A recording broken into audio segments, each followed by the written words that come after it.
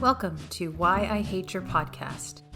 These days, there are a lot of podcasts to choose from. This is another one. I'm Crystal, and each week my brother Sean and I meet up to talk about two podcasts and why we hate them, or don't. Join us and we might help you find your new favorite podcast, or save you from wasting time on a podcast you might hate.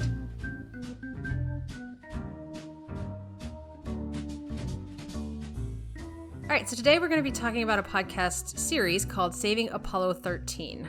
This is a limited run series hosted by Dr. Sean Brady, who is a forensic engineer. Incidentally, had I known that forensic engineer was a job, I would have wanted it. That's very cool. It's basically his telling of the Apollo 13 mission, and everybody's kind of aware of Apollo 13. Presumably you've heard of it, at least heard the movie. And it's put out by, or I guess in partnership with a company called Wavelength Creative. It's interesting because that network is, from what I understand, they're Australian, and they're specifically a company that helps companies produce podcasts that sort of help them reach their customers. So technically he's producing this as a function of his company, which is Brady Haywood, which is a forensic engineering firm. So it's an interesting kind of concept, marketing concept, I guess. I don't really know how that works, if I'm honest, but it's a limited run series. It's about Apollo 13. I love everything NASA. I know you're the same way, especially the Apollo era. So when I first stumbled across it, I'm like, well, I'm totally going to listen to this. And the official description is that Saving Apollo 13 is the incredible story of NASA's Apollo 13 mission told by forensic engineer Sean Brady. It is the story of the spacecraft that failed en route to the moon and the feats of human ingenuity that saved the lives of the 3 men aboard.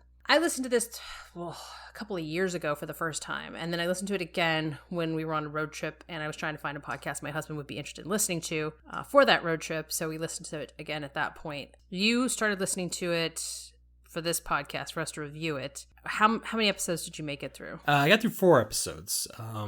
Okay. And with time constraints, obviously, because busy week and lots of podcasts to listen to. I am definitely going to finish it though, because like I said, it's a limited series. It's 6 episodes. Each episode's like an hour-ish long, so you don't have this like huge commitment. So that's always that always feels good when I have those kind of podcasts to listen to, because you just know that there's a finite end to it and you could be done with it, essentially. But I say that like as if there's some kind of dread, but it's very good because you're listening through this guy. Like you said, he's a forensic engineer, which I have no idea what that is. I'm assuming if something goes wrong, they call these people in to figure out what went wrong, which Apollo 13 is like the perfect case for somebody like that. So as you said, it's the retelling of it, and it is incredibly well produced. That's one of my first notes, is that the production on it's really good. His sound quality is good, and there's no generic intro to it. Each intro is kind of specific for that episode.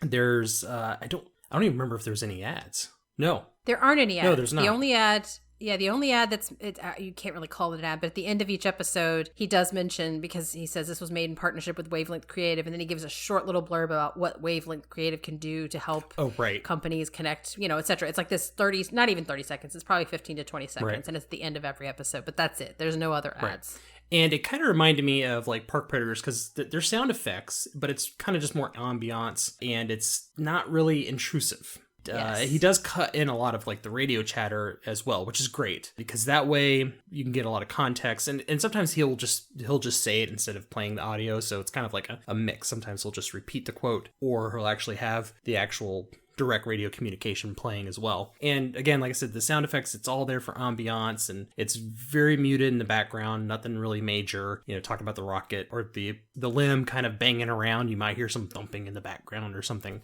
But it's done really well. It's not annoying. It's not intrusive. It definitely had that kind of that Park Predator vibe, which you had said that the ambient sound effects were really well handled. It's now over 2 days into the mission. Apollo 13 is about 200,000 miles from the Earth, with another 40,000 to go before it gets to the moon. Kranz's shift has been a quiet one, and it's coming to an end. Soon he'll take his white team off console, and they'll be replaced by flight director Glenn Lunny's black team. Kranz stands up and looks across the 4 rows of consoles in mission control. The front row of consoles look after where Apollo 13 is in space and where it's going, and contains the retro, FIDO and GUIDO. The second row keeps the men and the spacecraft functioning properly. There's the surgeon, the Capcom, the Ecom, the GNC, the Telmu and control. Now, the Capcom or capsule communicator is the only person in the room that can speak to the crew, and they're always an astronaut. And on shift tonight is Jack Lousma. Now, beside the Capcom is the ECOM, and they look after the health of the command and service module, and they make sure all the electrical and environmental systems are working well. And tonight on duty is Cy Liebergott. Now, behind this row is Kranz's row, the flight director's console, where Kranz is standing. He's in the middle, and to his left and right are other consoles which look after activities and instrumentation on the flight, such as the INCO. And behind Kranz, in the fourth row, are reps from the Department of Defense and a few other people, with a key person being Chris Kraft, the Director of Flight Operations. He's a legend in the room, and he's also Kranz's boss. And then the TV broadcast begins. Okay, Jim, it's been a real good TV show. We think we ought to conclude it. 13, we've got one more item for you when you get a chance. We'd like you to stir up your cryo tanks. Okay, stand by.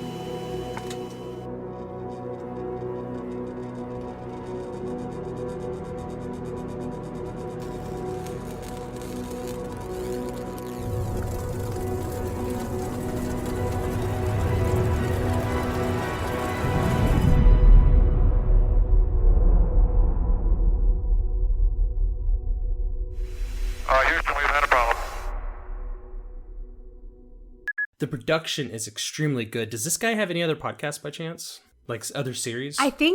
I think he does. And I only found this out recently when I was researching for my show notes for this, because I looked him up at his company, which is Brady Haywood, and on their website they have a section called podcasts, and this is one of them. So I think there are some more, which I'm interested in checking out. I don't know what they're about, but if they're in the same kind of vein where he's sort of analyzing and telling the story of something that went wrong, that would probably be really interesting. So I do have a note to check that out and see if there's more other podcasts to listen to from him, because I did appreciate the production value being very good. What I liked about the sounds and the sound design is, like you said, it is ambient. The ambient sound kind of flips between sometimes music, sometimes just sort of a background noise of maybe some chatter if it's supposed to be like at a party. You know, if it's a mission control, you might hear actual radio, not that he's highlighting for the story, but just real radio chatter from the mission, but sort of softened in the background, so you can get a sense that there's conversations happening. But yeah, it's really well done. The only one I think where he stopped and let a sound effect play was when the actual, like when they were stirring the tanks and there was a sound of kind of the wires shorting and then kind of a distant explosion that was very muted. But yeah, it's really, really well produced and put together, which I did look into this company, Wavelength Creative.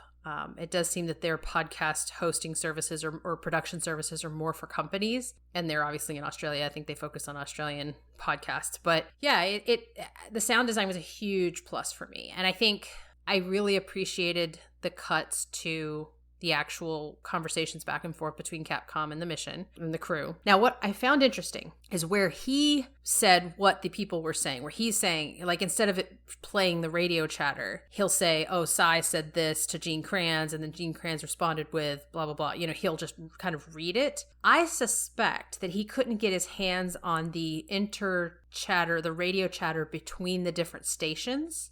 All of that's public record, but I think it's really hard to get because there's a project. I'm going to sidebar just a little bit here. There's a project that a particular, I think his name's Ben Feist. I could be getting that wrong. I'll have a link in the show notes for sure, but it's called Apollo in Real Time. And he first did it for Apollo 11, and now he's got Apollo 13 and I think Apollo 17, where he collected 100% of all of the audio from those missions, and he has it play out in real time. And there's all kinds of cool interactive tools. You can switch between which stations you're listening to. So if you want to listen to Gene Kranz's feed, you can listen to that. If you want to only listen to Capcom, you can listen to that. So highly recommend checking it out if you're kind of an Apollo era NASA nerd, because it is the most comprehensive collection. So, but my suspicion is, because when I first listened to this podcast, my main beef was, why does he play some of the radio? And then other times where it'd be interesting to hear, because they'll even describe how panicked somebody is or concerned. It'd be cool to actually hear that discussion. But I think that that chatter between the different stations at Mission Control was probably harder to get, and or not readily available, and or hadn't been remastered or anything. So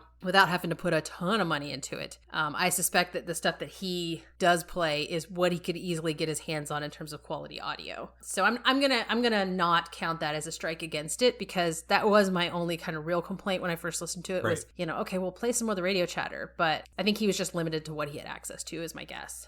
Yeah, there was one scene in particular, and I think it was before they did the burn to get the gravity system around the moon, where Lovell is not sure about his math. Mm-hmm. There's a conversation he has with, I think it was Hayes, where he said, he was just very like, I don't think this is going to work. That was kind of like where he was going with that. He didn't say it in that exact word, but he was just like, I don't have confidence in this. It would have been interesting to hear that chatter, but he didn't have it on hand. So he did say that, they picked it up. It's the audio is there. He just didn't play it. But I didn't really take that as a negative, because I thought having just all the chatter all the time may be annoying, because it's that loud, staticky chatter. Yeah. But it is nice to hear it occasionally. It was just one of the notes I had, but I didn't really put it out as, as an actual negative. It was just something I observed. Yeah, and I will say that some of the audio, having listened to the Apollo in real time, sometimes the audio, if you don't have the transcript to read along with it, sometimes it's hard to understand what they're saying, because it's not exactly, especially when the audio is coming from the moon back to Earth in the 60s or 70s. It's not exactly the best quality. So I could see why, especially in a podcast, because you don't have the visual component of the transcript and the subtitles or whatever to help you understand what they're saying, that he probably had to make some choices about, well, I'd love to play this, but I'd either have to read it first so they understood what was said and then play it, which would be redundant, or just read it and that'll give the user the information they need, or the listener the information they need. So I think he probably made good conscious decisions about that. I love the radio chatter. It's one of my favorite things about any of these types of documentaries, is actually hearing the people who were experiencing the event speaking. But I totally get why he doesn't do it all the time here. It makes a lot of sense. One thing I liked about his podcast wasn't so much just like, I'm just going to tell you the events of Apollo 13, and just narrate the story. Mm-hmm. But he also explains things too, like, why do they have to stir the O2 tanks?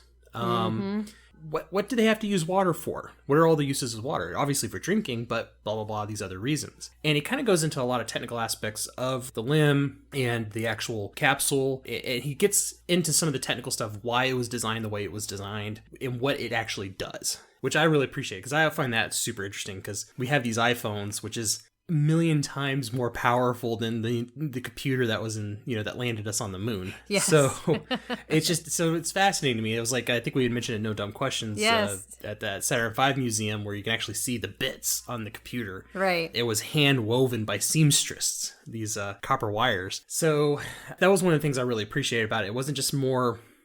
there was a lot of the technical aspects of the Apollo missions, which I find super interesting. And one thing that it was kind of interesting is that it shows you kind of how accurate Apollo 13 was. Yes. I had a note about that, because I think a lot of people's experience with the Apollo 13 mission in general is from the movie Apollo 13, which is one of my all-time favorite films. I absolutely love it. And I did know that it was highly accurate, but because when you listen to this, you're like, oh, I remember when that happened in the movie. I remember when he said that. I remember you can see how faithfully it was recreated. But one of the things that, to your point, that this podcast does really, really well is it gives you stuff that would have been really boring exposition or unnecessary in the film. They would have impacted the dramatic pacing, because you're talking about 2 hours of movie, was things that when I walked away from Apollo 13, I had questions about. One of the first things I looked up after seeing Apollo 13 for the first time was, how long was the reentry? Because I thought, surely they enhanced that for dramatic effect, right? The fact that the reentry was so much longer than expected, and longer than any other reentry from any other mission that they've had. And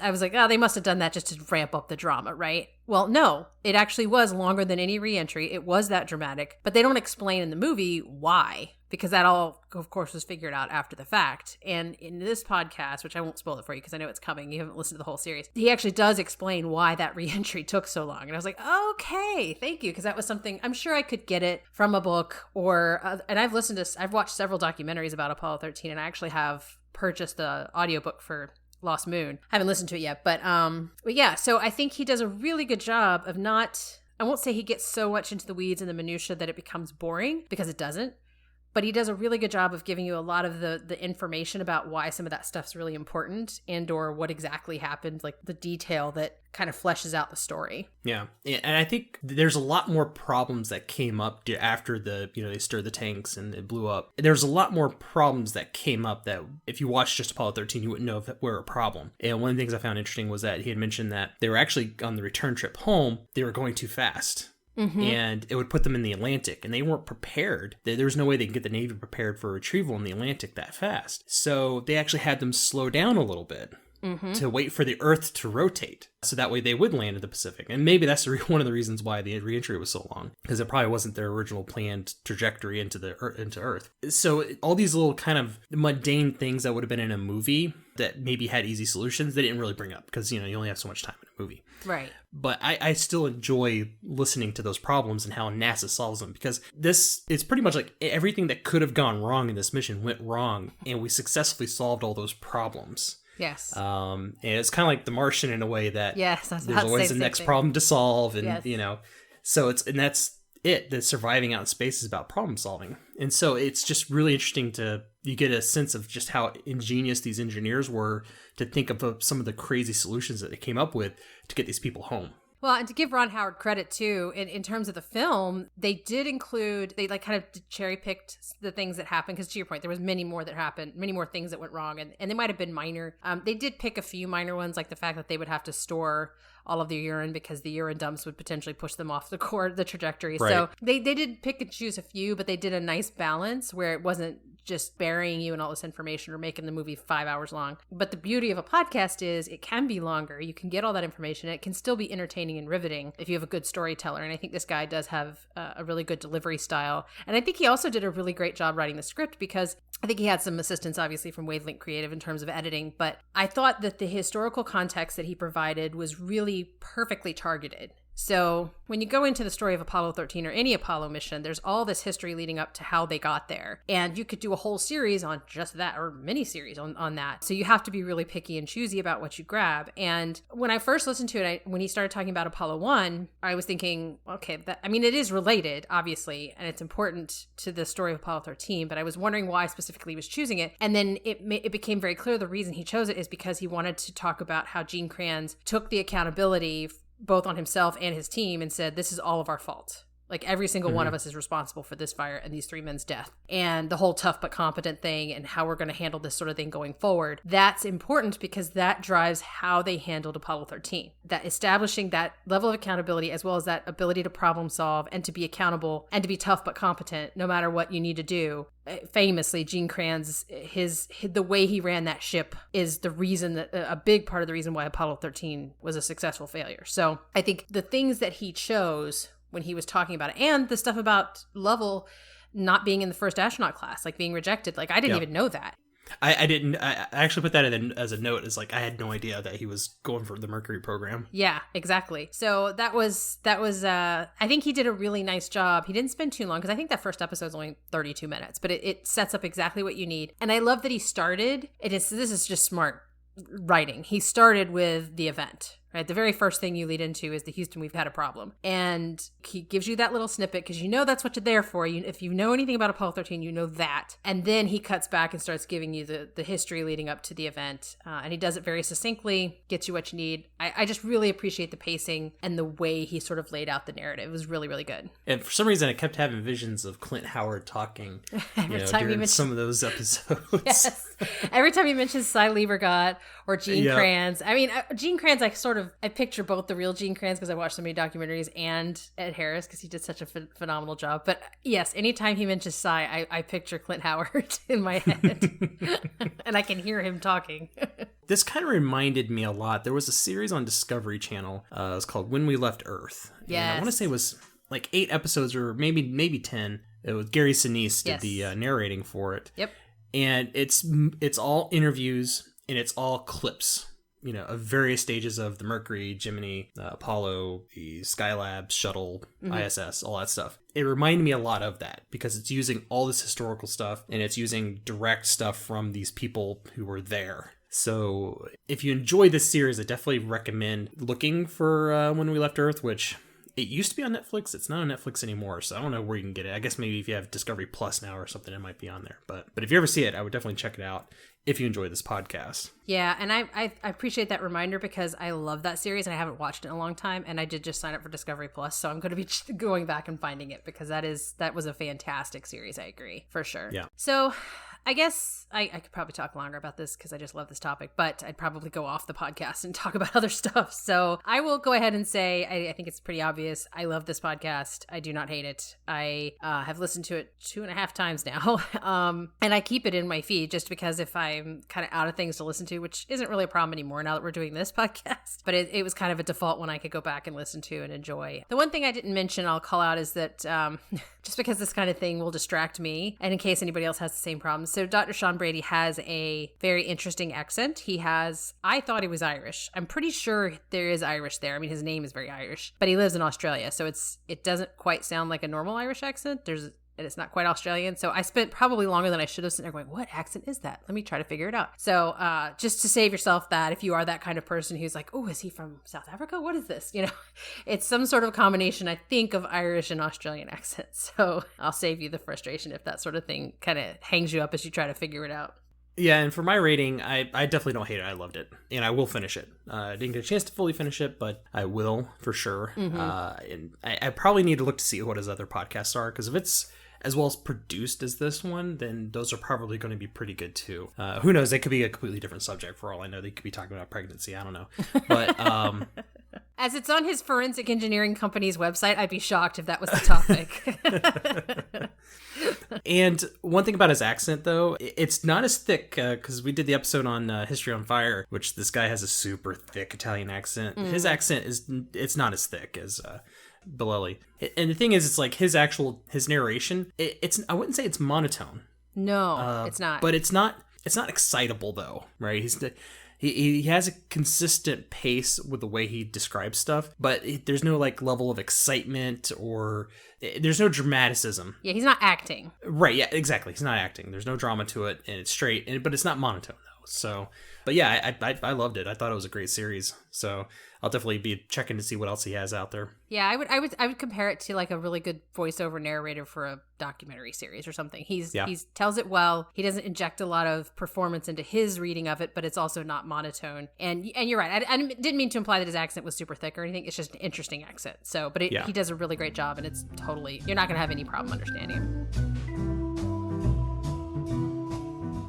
So next up, we're going to be talking about a podcast called The Way I Heard It, hosted by Mike Rowe. This one is completely independently produced by Mike Rowe. I mean, he has a bit of a production team that works with him for his Mike Rowe Works content and activity, but he is, I think, the driver behind this one. I know he writes all of the episodes. And the kind of official description of it is, or the short version is, short mysteries for the curious mind with a short attention span. So there's been a shift in the content/layout of the podcast recently, which I'll speak to, but the original conceit for the podcast for the vast majority of his back library is kind of Paul Harvey style. He will tell a story, and at the end of the episode, you'll find out who that story was about. He does intentionally call the podcast The Way I Heard It because this is the way he heard it. He's not saying that this is 100% factually accurate. It is a true story, but he may embellish the details based on what he's heard, or somebody else may have embellished the details and he's just relaying what he's heard. But it is truly the way he heard it. I'll give an example, and I won't say which episode it is in case you like the little surprise at the end of finding out who it is about, but there's an episode where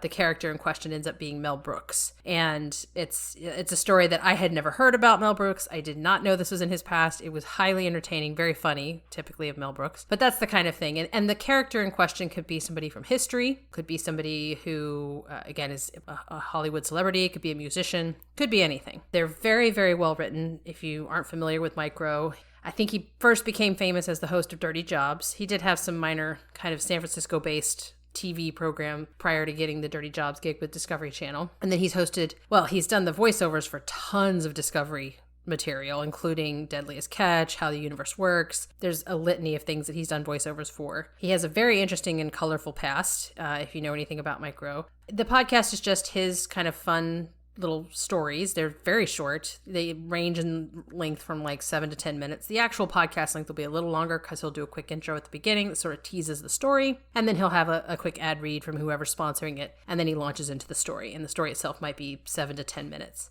And so the shift I mentioned is just that in recent episodes, he's been reading a chapter from his book. His recent book is called The Way I Heard It. And each chapter features one of his The Way I Heard It stories. And then it's followed by a story from his personal life that kind of ties into that story. Maybe the theme is similar or something in the story kind of launches into his personal life sort of thing. And then he'll talk about the episode afterwards, that particular chapter of the book, either with his friend Chuck or in the last episode, it was his mom because she was, the story was about his parents. So right now the podcast has had a little bit of a shift. So the episodes are a little longer because of the conversation component. But if you skip the conversation component at the end, it's still probably about the same length, maybe just a few minutes longer with the additional part of the chapter. That's kind of a long intro into what this podcast is. I think you had at least heard of the podcast, right? You knew of it, or was this the first you'd heard of it? I kind of knew about it because I actually own the book. I haven't read it yet, but I own the book The Way I Heard It. And I've heard Mike Rowe talk about it before because, he kind of does... He's somewhat active on social media, and I like Mike Rowe, right? He's a, like you say, he's an interesting guy. He's very likable. He's very likable. And one thing you don't see a lot these days is kind of the championing of the blue-collar, middle-class America people. Because, it seems like Hollywood media tend to kind of look down on the great unwashed, if you will. But he, in Dirty Jobs, is almost kind of like his life changed because of Dirty Jobs, not just because it kind of made him like somewhat famous, and I'm sure he became wealthy off of it, but his outlook, I think, on just American people dramatically changed. Mm-hmm. He champions those people, and that these jobs, we think of them as being dirty jobs, but they're important jobs. We should be putting these people up on a pedestal because they're doing these terrible jobs. So it's kind of a long digression, but that's how I've kind of known about Mike Rowe, right? I think it's important context too, if you don't know who Mike Rowe is, to understand, because the podcast is very much him. It's his style, it's his delivery, it's his writing, and his choice of people that he picks to highlight in the series. So I think it is important context to understand who Mike Rowe is and kind of what he's passionate about, because it is relevant, as he is the host and it's really his show. Yeah, and he is very passionate about just the ordinary Americans working, doing their jobs, and they're doing these terrible jobs that people don't want to do, and how important they are. And I remember listening to him back when COVID first hit and we had the more major lockdowns, how it's impacting these people, and he was very concerned about it. He's super empathetic to these people who were losing their jobs, and he was like, we're saying that your job's not essential. What does that do to you from a psychological standpoint? He was very concerned about that kind of stuff. And he's always been, advocating to lawmakers and stuff, saying we need to promote skilled labor. We need to promote people going into things like electrician, carpentry, masonry, because we don't have enough of those people. So he's almost got this aura of kind of like the blue collar guy. Yep. But when he talks, he's got the most incredible voice, right? It's like the perfect radio voice. And yes, the one thing, and it's kind of a knock on as much as I like him, there is one little knock on him, is that every time he talks, it sounds like it's scripted. Even if I know he's not reading from a script, it sounds like it's scripted. I've heard him in interviews. He sounds like he's reading from a script. Like his way of delivery of just conversation is the same exact way as if he's reading you a story, which is kind of weird to me. So one of my notes I had in here was like, I don't know if this is actually scripted or not. Now, obviously, in the newer episodes, like I said, there's been a format change to where each episode is between 5 and 15 minutes. Now they're at least 30 minutes, sometimes even up to an hour long. He's actually reading from the book. But when the sections where he's not reading from the book, it sounds like he's reading from a book. So I don't know if the thing is actually scripted or not. So, okay, I will tell you the episodes are the content of the stories are all written, and they're written by him. Okay. Which is why when he published the book, he was like, well, I've already written all these stories. I'll just put them in a book and then add some additional stories from my life. So he does write all of these, and he's said that many a times in his other kind of social media posts, and even in a few of the episodes in his intros, he'll be like, yeah, when I sit down to write these, sometimes I think about what, So he had done, for a little while, he did a little segment after each episode called The Way I Talk About the Way I Heard It. It kind of gets into the inspiration for the story, how he found out about it, why he wrote it, etc. So they are written. But I think what you're talking about is a side effect of a couple of things. First of all, he's very well educated, and he's just naturally well spoken. Like you said, when he's in an interview, he comes off completely he's very, very good on camera. He's very good. He just has a natural speaking cadence. This may come from years and years and decades of voiceover work. The guy's been a voiceover artist for the vast majority of his career. So I think he's probably sort of self-consciously or unconsciously trained himself to speak in a certain cadence when there's something recording as a result of that. So I think that's probably part of it. But even when he's just joking around or talking to his mom or talking to Chuck, just everything he says is, I wouldn't say it sounds written, because I think I've heard him enough in casual other media that I know that's just how he talks, but he's just incredibly well spoken. I just wanted to say that you portrayed your parents in a light that wasn't altogether accurate, although it was based on fact, but you did prevaricate just a little bit. Look, but the broad strokes are true. Dad was incredibly parsimonious, and you both were very inventive. I mean, you did engender in me a certain pity for the well-off. You really did, whether you meant to or not, and I thought that was kind of ingenious. And he's very witty. He's incredibly funny and very quick with puns. So I think that's just a natural component of him being really well-spoken. Yeah. And to touch on his humor, super dry. Yes. Although he loves double entendres. He did it when he was in Dirty Jobs. It was constant. Yeah. And he would slip them in, and you know that many of those got past the editors without even them realizing what he was saying. Because I'm sure if they knew what he was saying in some cases, they would have been like, we have to cut that out. That's not family friendly. But he is so good at it that he could do it without it being caught by anybody. So I know it got him into some trouble when he was on QVC when he was really young. He wasn't quite as slick as slipping them in there. So he got a little bit of trouble with that. But yeah, he has a really great sense of humor. And I think it comes through in his storytelling as well. It's one of the reasons the podcast is really good. And unlike with History on Fire, which that guy has a very dry sense of humor as well, Mike Rowe is much better at delivering it. And to the point where you don't know it's a joke, it's just wit. And so that is one thing about Mike Rowe that I love, is that he is, like you said, he's very witty, very funny, but it's that very kind of dry sense of humor. Even the double entendre is very dry. And that's part of the reason why he got past the editors, because it's just how dry it is. And he can do it with a straight face. Yes. Yeah, that's the other thing, is like, he never laughs at his own joke. His delivery method of this humor is always, you got to be listening to him because you're always going to catch it. It was like that, like you said, in Dirty Jobs as well. To give you an example about how dry his humor was, one of the episodes of Dirty Jobs, which was he was on a Alaskan fishing boat, and it's rocky waters. He felt terrible, right? He had terrible seasickness the entire time. And the type of fish they were catching, they told him, well, we sell these fish because, the Japanese like, this organ. They like the eyes or whatever, right. why they're catching these specific fish. So he said, well, are you guys able to prepare those things?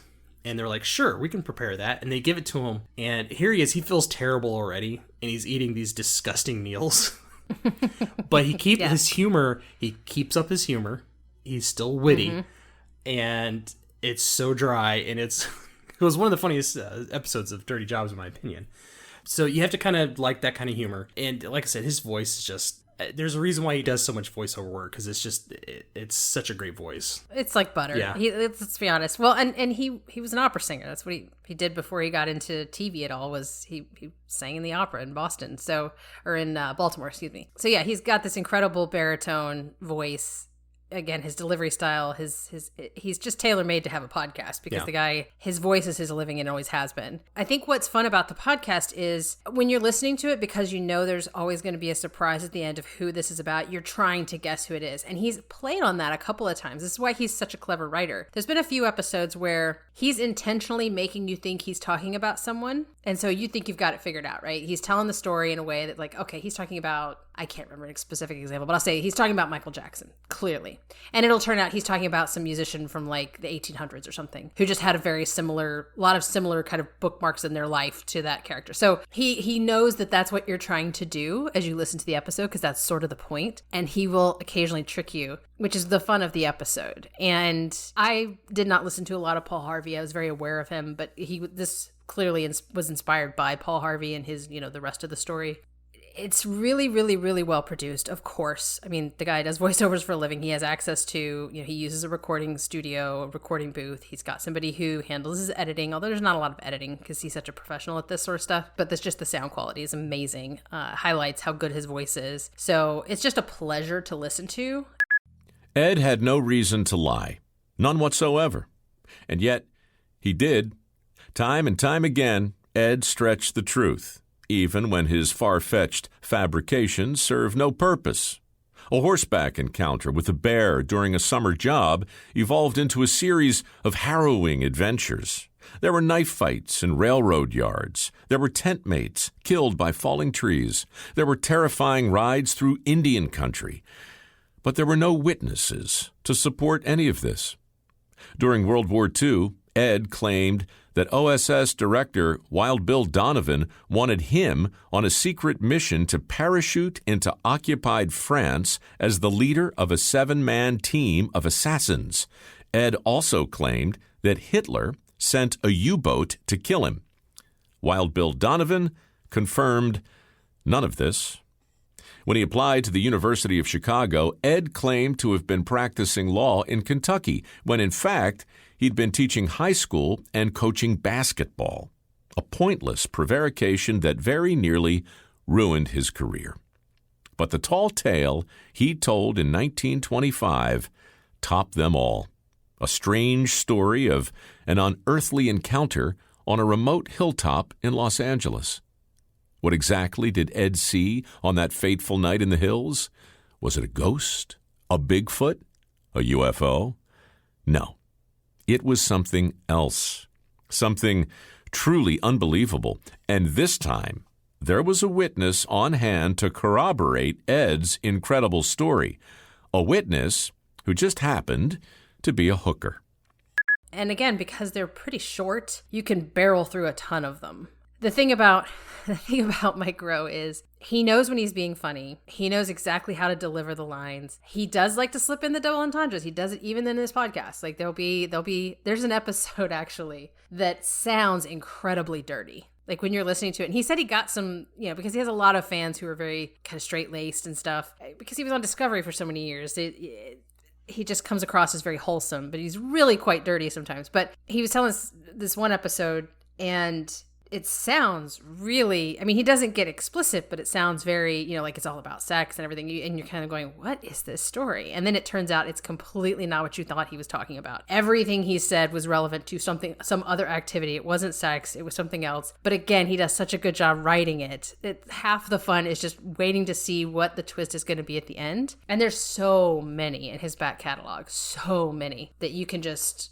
I have in the past, because I had fallen behind on some of the episodes, I'll just queue up like 8 of them in a row and just listen to them like while I'm cleaning house, and I absolutely love it. Yeah, and I think that's pretty easy to do too, considering the fact that so the format change looked like it happened on episode 178, and he has over 180 episodes now, so there's 177 episodes that are all between 5 and 15 minutes. So that's not a daunting task to work through that back catalog, unlike some podcasts. And again, you have way more exposure to this one than I do, but I'm assuming that they're all pretty much standalones, right?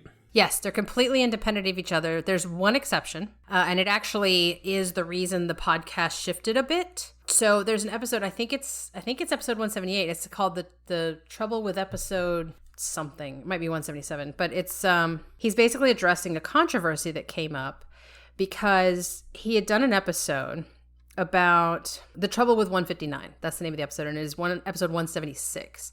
Basically, he had done an episode about a particular baseball player. I think the episode was actually about the beginning of the use of the high five, but it involved a player who was gay, and he made a comment, or he said that this coach had referred to him as a slur, a bad word. Long story short, the son of the coach in question actually reached out to Mike Rowe and said, there is no way that's true. My father was super, super tolerant. He loved this guy. He was one of the favorite people on his team, and he would not tolerate any crap about him being gay on the team. Like, he called people to task multiple times if they ever said anything. He says, there's no way my father ever used that slur when referring to him. And so Mike was like, look, the show is called The Way I Heard It. This is the way I heard this story. I'm not saying that it's 100% accurate. I never have. But he wanted to be fair and say, look, this challenge has come up. His son says, this would never have happened. So I don't know if the information I got, which he sourced, he explained where he got this information, was from an article or something. And so that episode kind of deals with the fallout from that and his concern about whether or not he should even continue with this podcast, because he doesn't want to misrepresent something in a negative way that potentially, because the way he heard it may not be true. He has an out, but he doesn't necessarily also want to be the guy who's spreading misinformation, so to speak. So he kind of had a bit of a struggle morally with how to move forward with the podcast after that. And I think he got a lot of feedback of, please don't stop the podcast. We all love it among his fans. So he shifted and decided to temporarily kind of take this different route where he's essentially, because the chapters of the book are prior episodes of the podcast. Like the story that starts each chapter is one of a prior episode. So you're sort of rehearing some of those greatest hits, so to speak. And then you hear the rest of the chapter from the book, which I've read the book, but I still like listening to it because, it's Mike Rowe. He's really good at reading his own book, obviously. So there is some reason that he's had this shift, and I don't know what that means for the future of the podcast. I don't know if he's going to go back to the way he was doing it before, or if he's going to change how he's doing it. He's sort of playing around with the format right now, as he kind of works through that and figures it out. One thing that I found interesting was his sponsors are very interesting. Yes. It's not, because typically you see it on both YouTube and on, especially mostly with self-read ads, right? So Mike Rowe has self-read ads. So that means a company came to him saying, hey, we want you to sponsor our product. Mm-hmm. And there's usually always the same kind of products that get, schlepped around by podcasters and YouTubers. Things like, Bombas socks or Audible or Blue Apron, all these kind of things. And HelloFresh, yeah. And so they're all kind of shared. But Mike Rowe has like big corporate sponsors.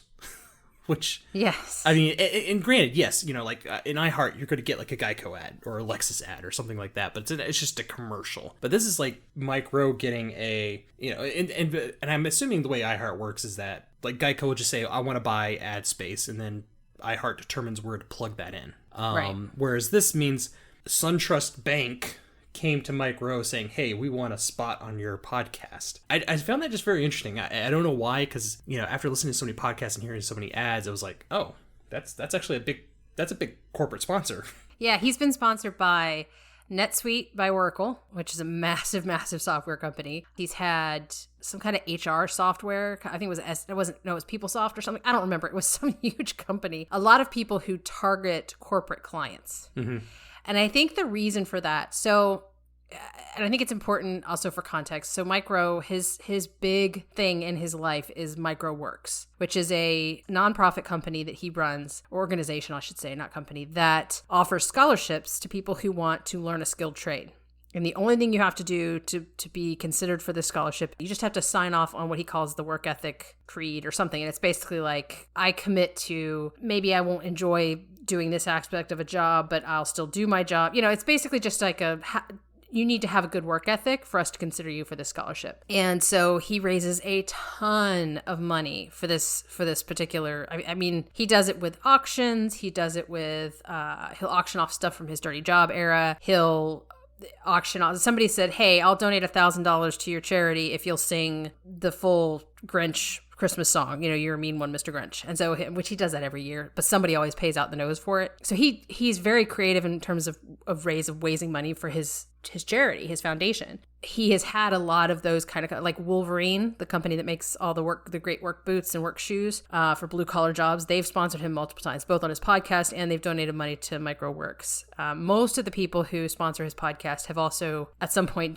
donated to, most of those companies have donated to Micro Works as well. So the podcast has a bit of a broader appeal to, I think, a certain age group. I think that's why an age group of people who would potentially work at influential levels at a company, maybe mid-management or senior management, but people in their 40s and 50s are probably his and 60s, his demographic. So I think the level of, or the type of advertiser who wants to target that demographic, especially if they're working professionals.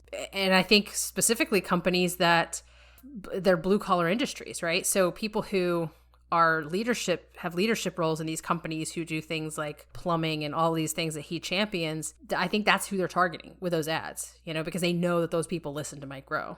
So it is very interesting because you listen to it and you're like, what? So he is very single-minded in what he champions and what he cares about. And he doesn't give a crap like how he gets money for it or how he raises money for it. His goal is to pay for people to become skilled laborers because there's a huge gap in the number of people needed or the number of open jobs in that role versus people who are interested in going into them. Yeah, and that's one thing about Mike Rowe is that he's very apolitical. He's like, I'm willing to work with anybody if they can help me out. With his sweat pledge and his like I said, his foundation, and he's like, I don't care if you're a Democrat or Republican. If you want to help people learn a skill and get a job, I'm all for it. I'll take your money for sure. Yeah, exactly. So and you're right. Now that you mention it, it's almost like listening to talk radio as far as the ads go, because you could listen to talk radio, especially because I used to listen to some talk radio, especially like around finances and the markets and stuff, and it was always commercials for like HR software. It was all corporate ads. Like, I'm talking to somebody who works at a business who needs a solution, so I'm going to advertise during this show.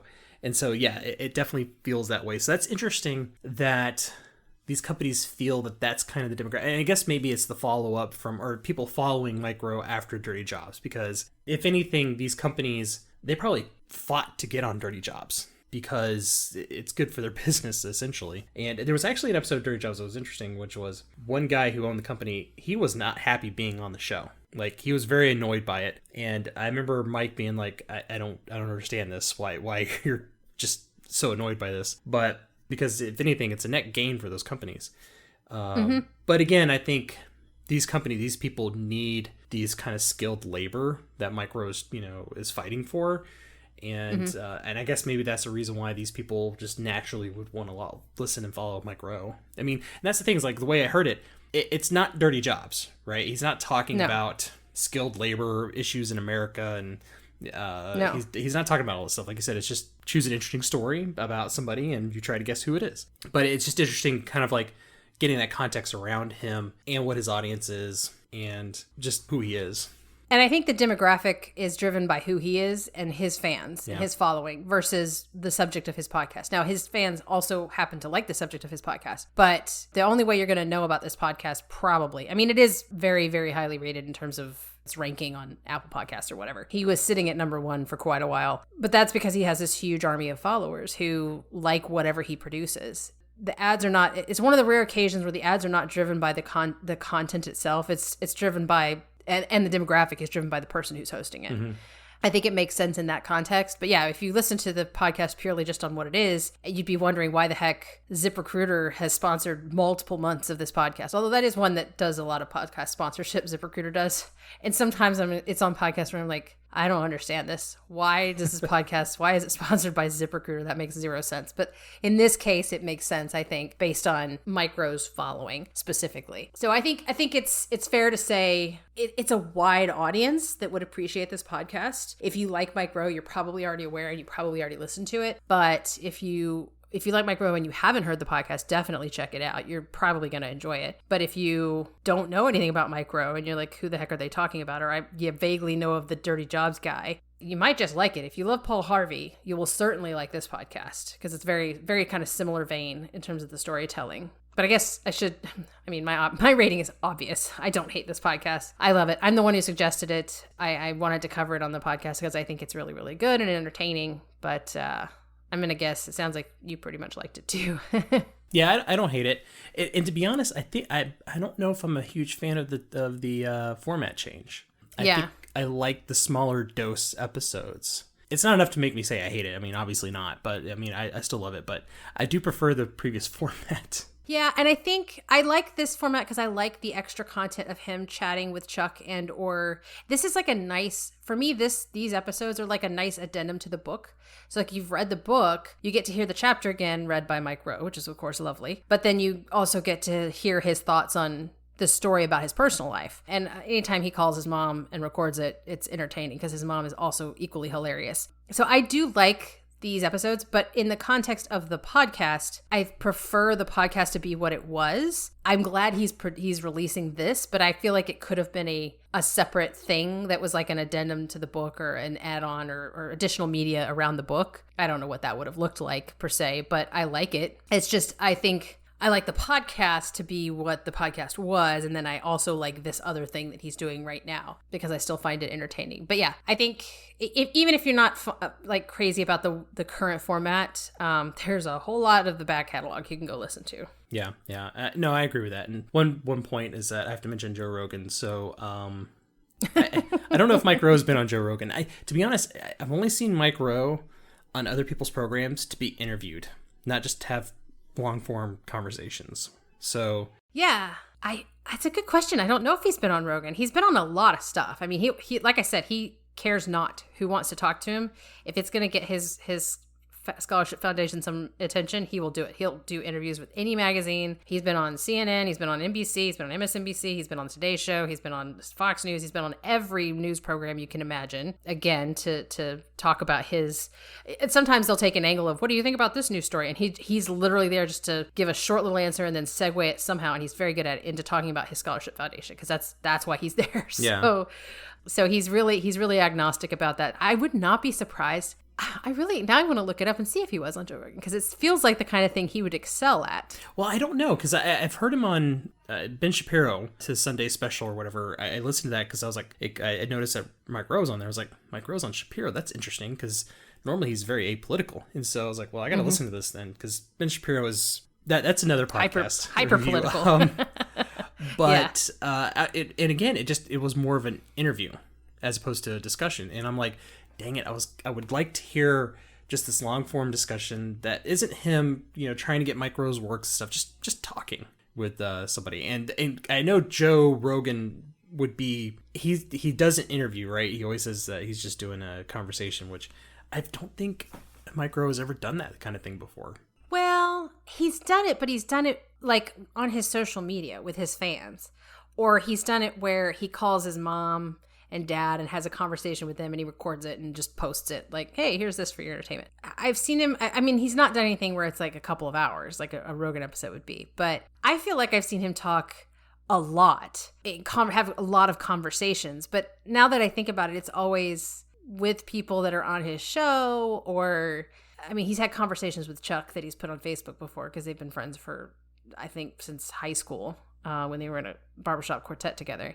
Yeah, so it would be interesting. I think it would be great. And I think Mike Rowe's, he's a very good conversationalist in the things that I have seen him with. But I don't think I've seen anything that's that long form. I will grant that. I've seen him talking, like if you watch Dirty Jobs, one of the reasons the show was so great is he draws out these people and talks to them about why they do what they do. And he's an excellent conversationalist. So I think he'd be good at something like that. But it's kind of odd that he hasn't done it, because like I said, he'll hawk his thing wherever he can, his foundation. So if the opportunity arose, I'm sure he would jump at it.